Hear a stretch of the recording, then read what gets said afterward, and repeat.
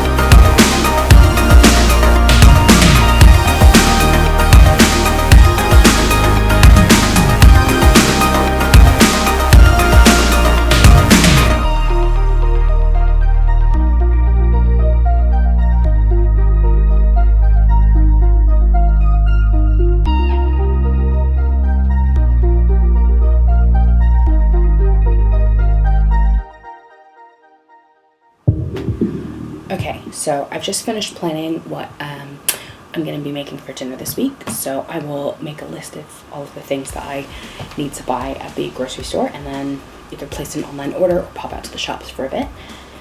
But I thought I would just show you a couple of my favorite cookbooks that I like to get some inspiration from. We've got a lot of cookbooks in our house.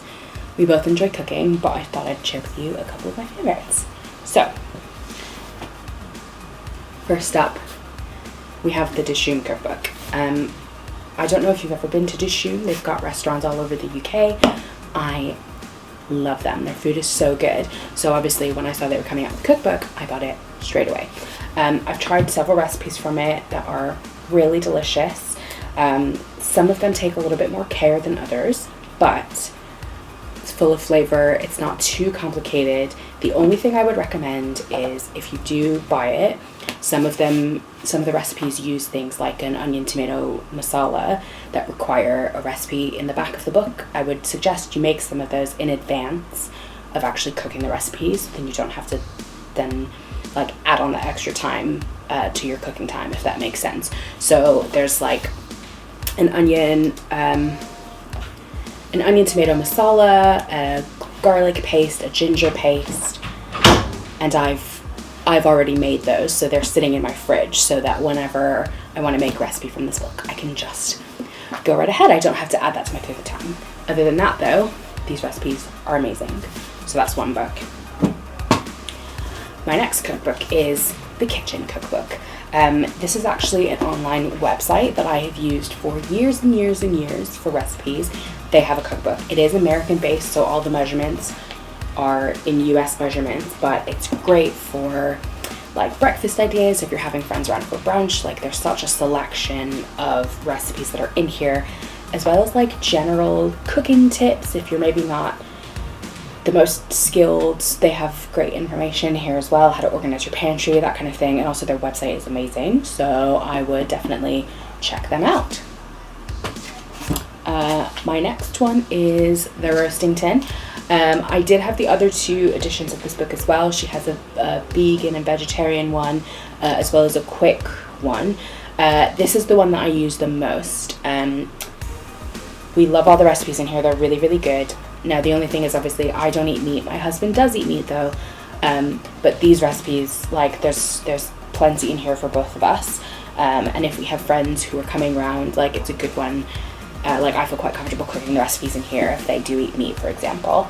All of it is pretty straightforward. It's all in one tin. There's lots of flavor. It's very good. So I would definitely recommend this one.